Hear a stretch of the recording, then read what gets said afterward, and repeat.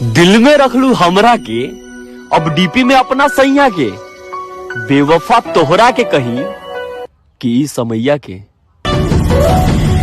जान गईनी हो जान गईनी जान।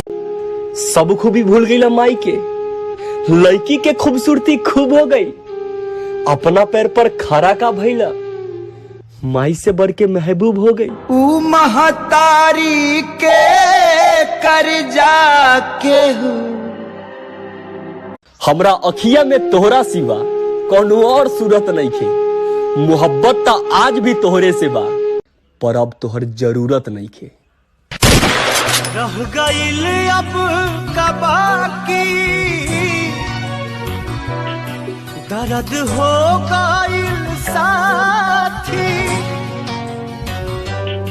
दिल जे तुर ले के।